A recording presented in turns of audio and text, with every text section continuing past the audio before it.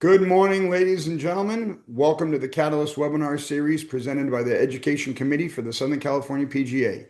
The Catalyst webinar series is a bi-weekly educational platform for creating success and change in your club and career. We're also proud to inform you that today's Catalyst is brought to you by Digital Revenue Systems. Educate with elegance. Your facility deserves more than just static. Where screens speak luxury, digital signage designed to elevate golf, fitness, and wellness experiences. For more information, go to digitalrevsystems.com. This morning we have Monte Scheinblum joining us. Monte is a PGA member of 10 years. He is a world long drive champion. He played college golf at UCLA from 1985 to 1990. He's been an instructor in the golf business for over 30 years. He was at Oak Creek for upwards of 10 years, and he's a nationally known instructor. He's going to be joining us this morning. This is a fun one. Good morning, Monte. Thanks for joining us this morning on the Catalyst webinar series. Good morning. Thank you for having me. So, as we spoke about prior to going live, we've got about 65 PGA members that are joining us this morning to watch you speak candidly about your career, your instruction, your teaching philosophy, and the experiences that you've had and what you're excited to talk about in the world of instruction in golf. And so we'll let you take it away. And then for all the PGA members that are on this morning's call, feel free to raise your hand. We'll interject and interrupt Monte with questions that you have along the way, and we'll go from there. Thank you for joining us, everybody. Thanks, Monte. Yeah, before we went on, and I want to lead with this, the value of the PGA membership. You and I were discussing this in, 2015 through 2017. I was already a nationally and internationally known instructor, so I didn't need to join the PGA, and I did anyway because I felt there was so much value in the membership. So, who's listening is already a member, so they understand the value, but I wanted to kind of lead off with that. So, Blake Jerges asked me to talk about online use of online platforms to improve your teaching. And I went a little bit of a different route than everybody else. Most instructors, fresh out of college, either, went to work at a course as an assistant or went to an academy of a huge name instructor and learned from them. For me, I came out of college, I won the World Long Drive. I, played what's now called the Corn Ferry Tour for a few years, played the mini tours, won a bunch of events, didn't quite get to the PGA Tour, and said, okay, now I'm close to 40 years old. I don't have a job. I'm not trained to do anything. I'm not a member of the PGA. No one's going to hire me as an instructor. So what do I do? And this was about 18, 20 years ago. So I decided to use the online, which, this is like 2007, 2008, 2009. It was, especially in golf instruction, it was very untapped, unknown, not too many people used it. And some of the things that I did then, I still do today to improve my knowledge. I would go on some of the message boards and give swing advice and see how people reacted to the advice I gave. And I would notice giving advice a certain kind of way would not only get through to the person with the swing, but a bunch of 8 and 10 handicaps who at the time knew more than I did because they had been studying themselves. I'm like, well, maybe that's not quite the right way to do it. So I just decided then that, being a really good player and thinking I understood the swing was not enough. So at that time, you weren't teaching out of any facility, or were you? No, I wasn't. I mean, like I'd play golf with friends and because I was a long drive champion and a Corn Ferry player, I get hired to, play golf with a group of 8 and give them swing tips or, do a clinic for a corporate outing or, things like that. And I started to learn that my knowledge of the swing was pretty pitiful. Um, and just because, and it goes on to something that I say today. It's why getting tips from a PGA Tour player is often not the best route, because they know what they do. They don't know what actually happens. And so those were the tips out. Monte, how do you hit it farther? And I'm like, well, here's what I do, but that's not going to work for most golfers. So I really went just, deep, deep, deep into learning what actually happened in a good golf swing. And I was very, very fortunate to acquaint myself and make friends with some of the leaders in the industry now. Who are your biggest? Who are your biggest? Yeah, the two guys at AMG who I think are the best right now, Sean Webb and Mike Granado. They have daily posts on their Instagram and on their YouTube where they post, their catalog of gears information, and they debunk a lot of long-held myths on the swing. Very educational. Chris Como, Tiger's former coach. I said Joe Mayo.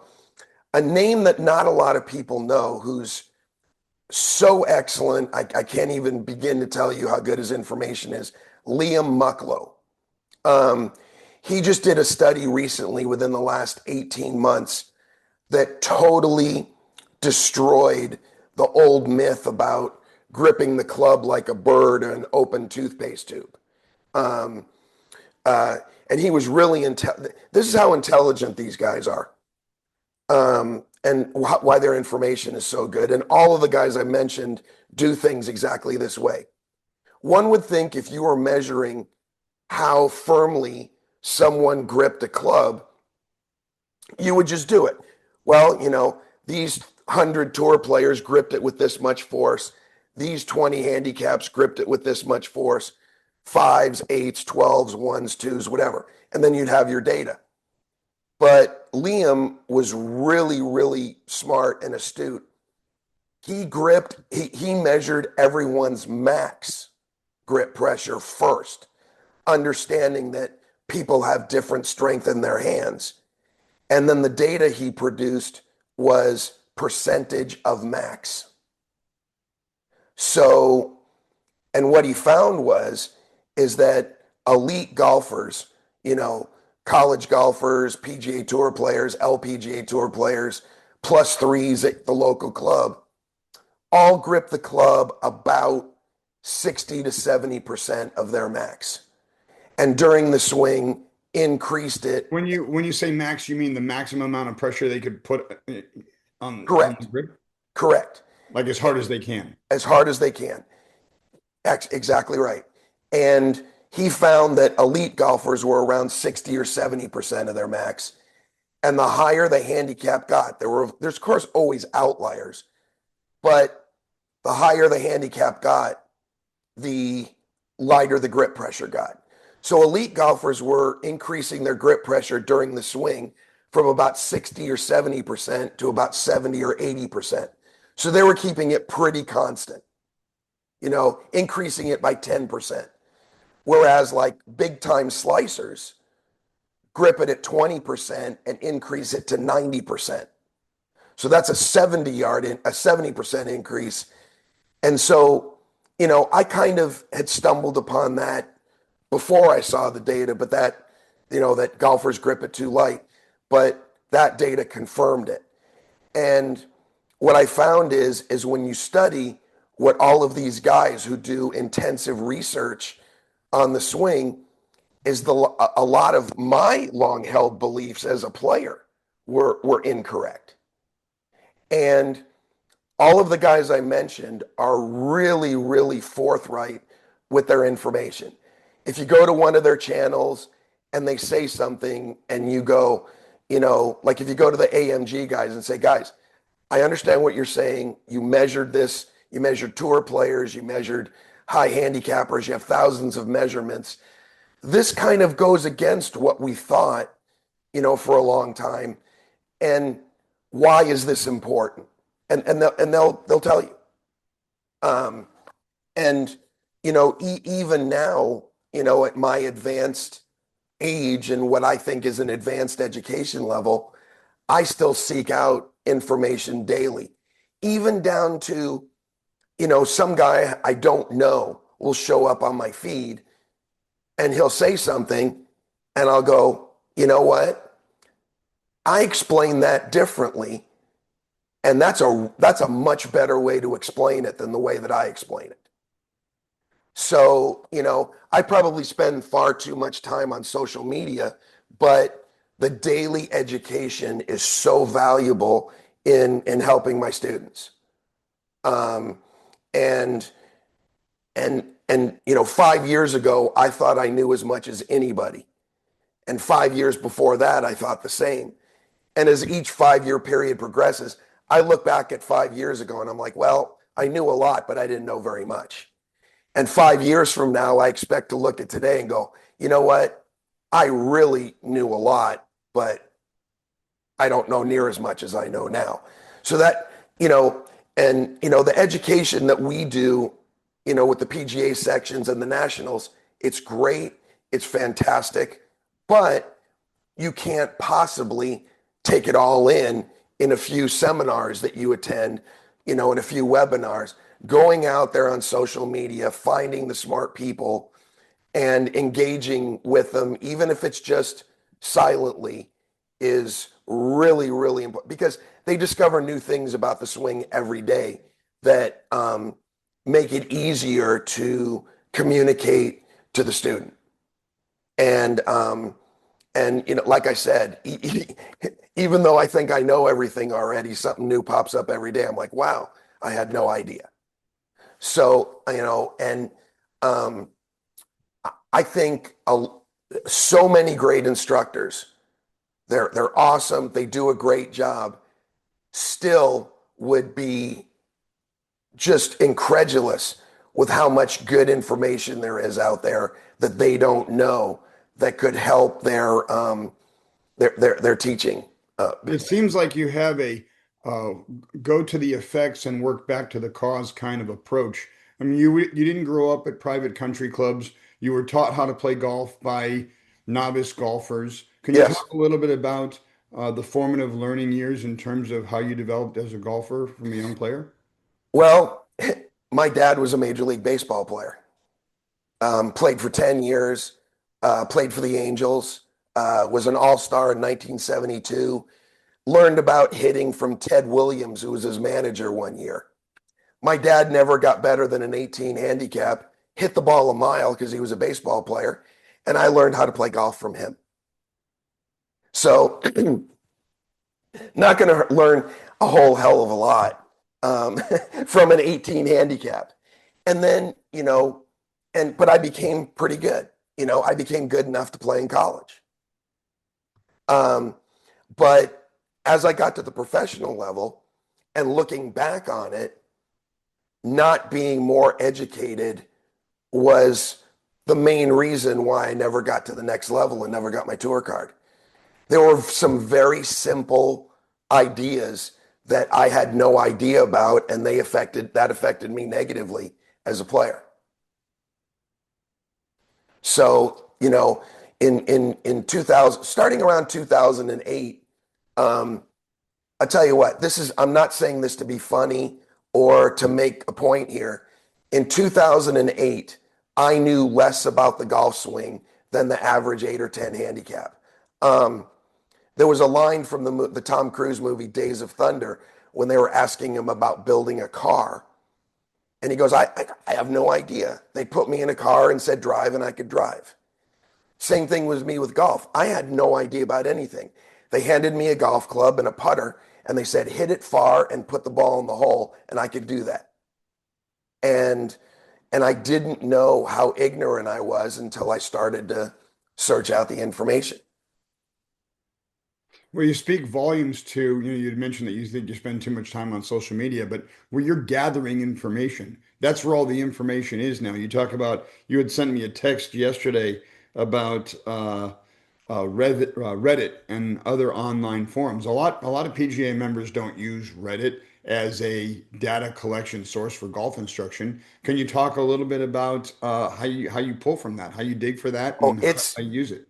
okay. First, you have to be thick-skinned because you will be insulted like you've never been insulted before. But I post on another website called Golf WRX, which is just as bad. It's like it's like having your first open mic night at a comedy club. You get booed off the stage because these people are educated, okay? On because they're swing nerds, even though they don't teach, they're swing nerds. And you go in there and you say something that's objectively incorrect, they will come down on you like a ton of bricks. Okay. And the other thing is, I can't stress the importance of this enough. The valuable information and feedback you get when you give swing advice to the people that post their swings, I can't stress enough how valuable that is. It helps you understand and improve your communication skills. So if you continually tell people with problem X, you know, you tell 10 people with problem X, here's the way you can make this better. And all 10 of them say, I don't understand what you're saying. I don't know how that's going to help. That's not on them. That's on you. And when you get 10 out of 10 negative responses, it's telling you you're not explaining that the right way, regardless of whether you're right or wrong about it. And that's why I continue to do it to this day. I'm on Golf WRX almost every day, giving out swing advice. And I've established a reputation there over the last 10 or 15 years. So there's not, too much dissenting opinion from the peanut gallery. But often someone will roll in, Monte, I'm over the top. How do I get more from the inside? And I'll go, well, you're staying on your right side too long and you're forced to come over the top to move the low point forward so you don't hit it fat. Okay. And then they'll go, I have no idea what you just said. And then I'm like, okay. Even though I thought that was a very basic, thing that I said, some people that's going to be over their heads if they haven't taken very many lessons or any lessons at all. So that's the kind of thing that I learn on a daily basis. Not so much that the information is right or wrong, but more sometimes, and then I'll get the opposite too. Okay, Monte, I understand the basic elements of that, but I'm an engineer. You need to be much more technical and explain to me the physics behind why that happens. So you need to be prepared to go in both directions, and depending on who's in front of you, and the repetitions, the reps of doing that over and over again, and it's a minute out of your time to give the quick analysis and 90 seconds to do a follow-up explanation of either going more simple or more technical. Now, all of a sudden, you get someone in front of you on the lesson tee. You've got dozens and dozens of times you've helped someone fix this one specific problem, and you've got 5 or 6 different ways to explain it to them until they can understand it. So it's, getting that experience where, it's a few minutes of your time, it's really valuable to the big picture. Now, do you see a steady stream of revenue coming to you from this online activity? I mean, a lot of this stuff, when you're chiming in and you're giving advice, you're not only delivering the information, but you're also becoming a better instructor in how you deliver that information. But how Right. does that transcend into revenue growth for you, the instructor? Well, I'll go back to the beginning. I was not working at a golf course teaching. I was sitting at home, not knowing what my future plans were, and understanding the fact that I might have missed somebody. I believe I was the very first person to offer online video analysis. There might have been somebody out there. I did an extensive search. Nobody was doing it. This is probably almost 20 years ago. And so I had a friend build a website. So I would give people advice online and they'd go, "This is great, Monte, but you're in California and I'm in England, I'm in Australia, I'm in New York, I'm in Florida." And so I'm like, well, I just has happened to have started a website where you can upload your swing videos and I'll analyze it. And I got a really good reputation. And I don't know if anybody remembers, but the Golf Channel got into the online lesson business a few years later, and they hired me as their guy to help everybody along because I had so much experience. How did you And, connect with them and land that position? oh, they came to me, and then that went away. That was probably 12 years ago, 15 years ago, whatever. And that lasted for about 2 or 3 years. And then, so then I started, I went back off on my own again. And now today I'm on the Skillest app where it is not uncommon for me to give out swing advice on one of these platforms. I get a private message, "Monte, this is great. I want more details." I go, "Yeah, just join the Skillest app. I'm on there." Um, How and long how long have you been on the Skills app? I had my own for quite a while. And then I joined the Skillest app maybe a year, 18 months ago. Because it sounds like, I mean, you must have actually absolutely exploded when COVID hit in terms of your online reach and activity. You Okay. So that's there's now we're on a secondary thing. And it's going to lead to a bigger picture that something that everybody can do. The thing that I wasn't the first person to do this, but I was the first person to do this a lot. I started saying, you know what? People are going to be bored at home. I'm going to start offering FaceTime and Zoom lessons during COVID. And as soon as I put it out on social media that I was doing that, I was probably giving 30 or 40, 50 a week during the COVID lockdown. And a lot of my regulars that were coming to me in person at Oak Creek said, "Monte, I love the FaceTime platform.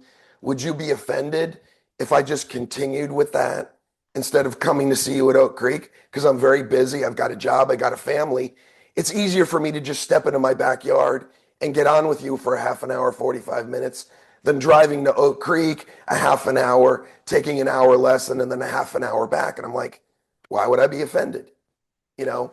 Um, and so like the majority of my business now is, yeah, I still do extensive lessons in person because people like that in-person hands-on thing. But I mean, I do way more video analysis and Zoom than I do in person now. And and then, you know, the revenue streams people are not taking advantage of. Um, you know, uh, Putting yourself out there as being knowledgeable and getting people outside of your area as clients on video analysis and FaceTime. And I started offering, this was like 5 years ago, maybe more. I think it was right around COVID. Um, is you offer a monthly service for a small fee. I started out at $50. It's $75 now. And then just recently, I made it part of a Skillest subscription, is unlimited check-ins in between lessons, because everybody listening has the problem of people will take a lesson, you get them going great, left to their own devices for 4 or 6 weeks. They either overdo what you discussed or they fall back to their normal pattern. Whereas for a small fee, they check in, send their videos to you. You spend 30 to 90 seconds giving them a little voiceover on Form or one of the other apps that you can do voiceovers on videos, and then you get to maintain their progress and supervise their progress. And then, you basically got, I'm getting $75 a month for what's probably a total of 10 minutes of work for the month. And your clients appreciate it, that you're interested in their progress and you're not just a payday once every 3 or 4 weeks. Obviously, you charge more in person. Oh yeah, yeah. My rate in person is $250 an hour, and the 75 is like for them to get a 30 to 90-second response once or twice a week on how they progressed on the things we talked about in the lesson. Do you find that most of your clientele is remote and out of the Laguna, South Orange County area? I'd say it's about 50-50. I have clients in Australia, the UK, India, Hong Kong, Korea, South Korea, Sweden. That you've never met face to face. No, no.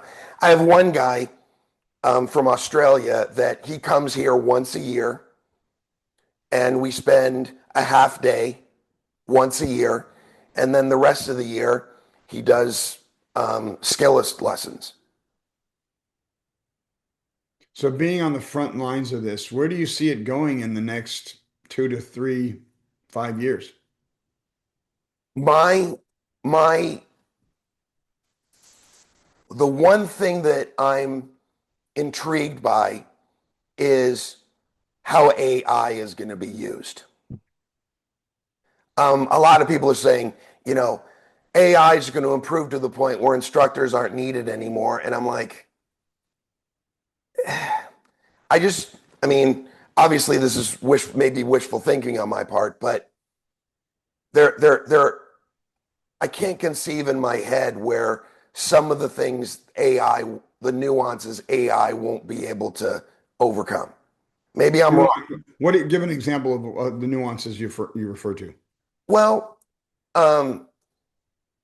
I've found that the biggest hindrance to golfers getting better is the misinterpretation of feels.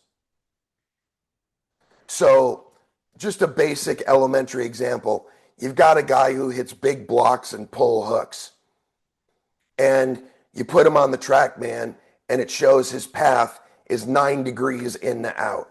If you're 9 degrees in to out, you're going to hit nothing but blocks and hooks all day. And then I say, okay, here's why your path is in to out too much. Okay? Do this. And then 2 swings later, his path is 2 to 3 in to out. I can conceive at some point AI will be advanced enough to do that, to make that analysis. But the first thing out of the golfer's mouth is, well, this feels weird. This feels straight over the top. And then it's a 10 or a 15-minute discussion about why that's off. And I just don't conceive, maybe 20 years from now, for all I know, but even with how quickly AI is improving, I don't think that kind of discussion of interpreting the feel of the golfer and the human element of that is something AI will be able to comprehend. But you better believe that as AI improves, I'm going to be integrating it. As soon as new technology becomes available, when force plates became available, I integrated it. When hack motion started becoming a big deal, I integrated that. Gears, I don't have the financial capability to build a $250,000 studio with a gears hooked up on the ceiling, but I do some 3D work. Used to have a system called My Swing 3D that went out of business, but that's where I get the information from, like the AMG guys. I've seen enough golf swings on gears, on My Swing, on I'm losing my mind, the little jacket that gives 3D information, that I can eyeball what X looks like when it's not right, because I have enough experience with it. But don't get me wrong, if some rich guy came along and said, Monte, your lessons are great, but you need gears, let's build you a studio, I'd be more than happy to accommodate him. But integrating the latest technology is the best way to not only keep your current clients, but expand it.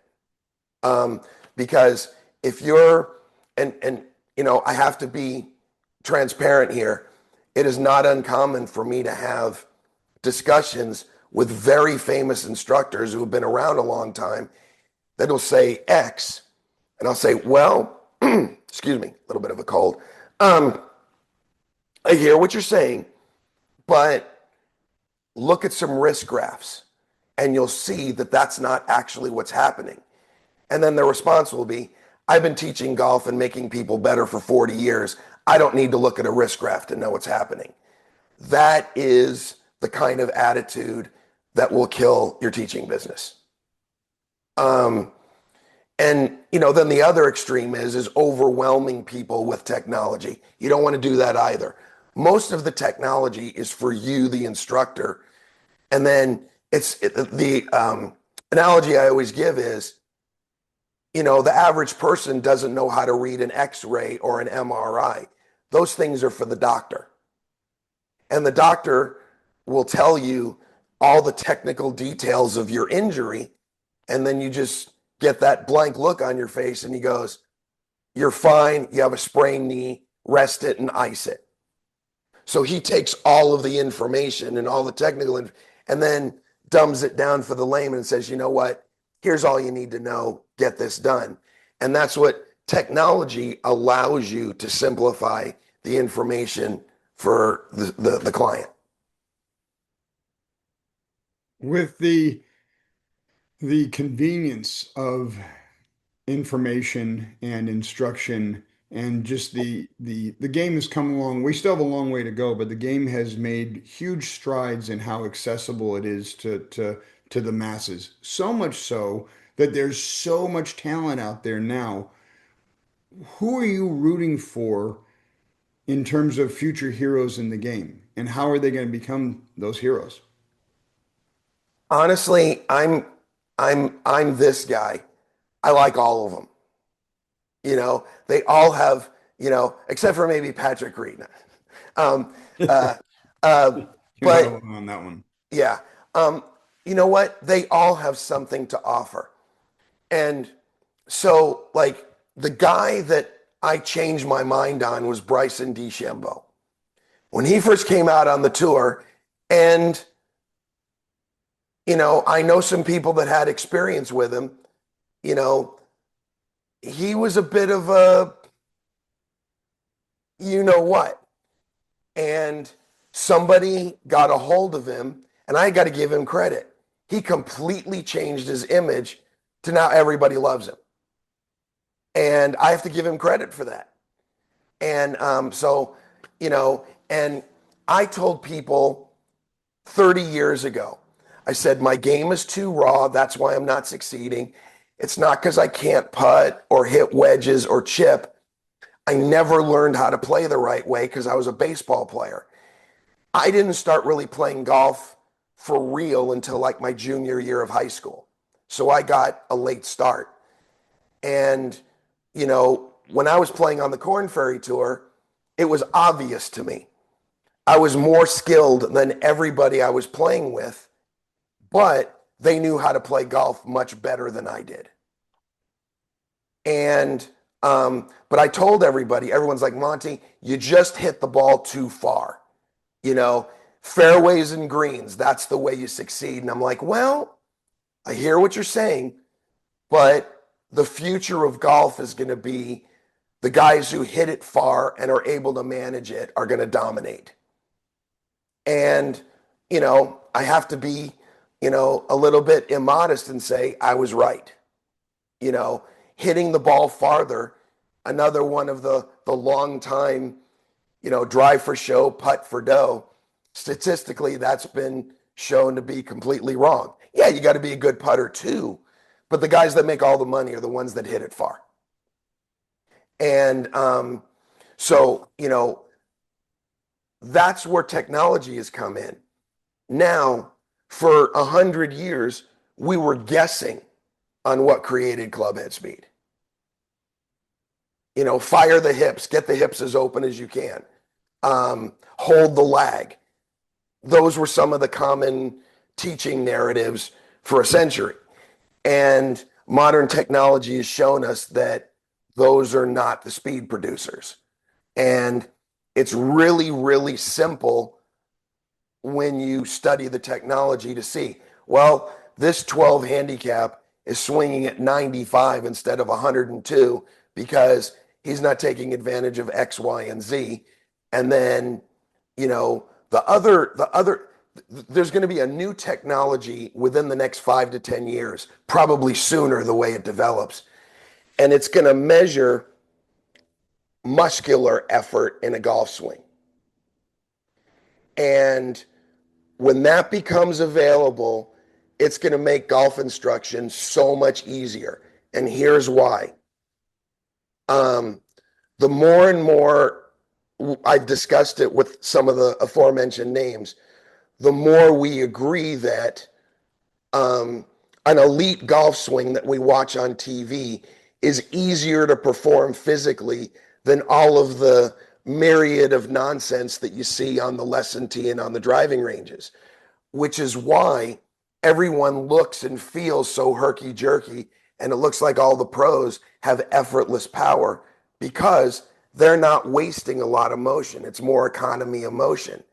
And when this hypothetical device I'm talking about becomes available, we're going to find that the average 12 handicap uses 30% more energy swinging 95% than a tour pro uses swinging 120 miles an hour because of the economy and efficiency of movement, and not purely because of, extreme athletic skill, which they didn't have when they were growing teenagers and 12-year-olds.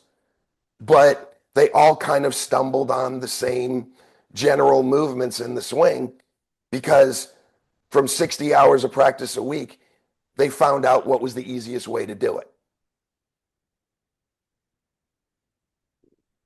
Fantastic. Before we part, I guess we'll put that in the Monte, just for your information. Well, we're recording this on YouTube. We send out the recording of your presentation to the attendees, along with a little acknowledgement and some gratitude for your time and efforts in coming on and educating the SCPGA section. If we can get your ID on Reddit and GolfWorks, that would be huge. Reddit, I haven't posted in there in a number of years because there's just too many trolls on Reddit. It's good for a short period of time to kind of get your feet wet, but there's just so many people that are just nasty and insulting and vulgar, and they don't want to learn anything. They just want to be jerks. So I haven't been there for a number of years. But if you want to see some of the old threads, and on Golf WRX, Monte Scheinblum is my handle on both of them. And you're still active on WRX? Every day. There's another amazing instructor, one of the best in the country, Eric Barzeski from Erie, Pennsylvania. He's on there daily as well. And he and I, we trade texts almost every day. Like, did you see what this guy said? I mean, come on, buddy. So it almost becomes like, it's fun. It's actually very fun. The reason why I went exclusively to Golf WRX and kind of left Reddit is Golf WRX is about 2% troll, 20% extremely knowledgeable non-instructors. I mean, like, these are guys that could quit their job tomorrow and be very, very good instructors. Their knowledge is so good. And then like 78%, people that honestly want to learn something. Whereas on Reddit, it's about 30% troll. And it just becomes just irritating to a point where you just don't want to be there anymore. Sure. Excellent. Well, Monte, on behalf of the Education Committee for the Southern California PGA, thank you so much for your time this morning and coming on and speaking with us. For all the PGA members that are on this morning's call, you will receive one PDR credit for joining us. Monte, of course, you'll get a PDR credit as well Nice. for your candid hour. Thank you, everybody, for joining us, and be safe out there. Thank you very much.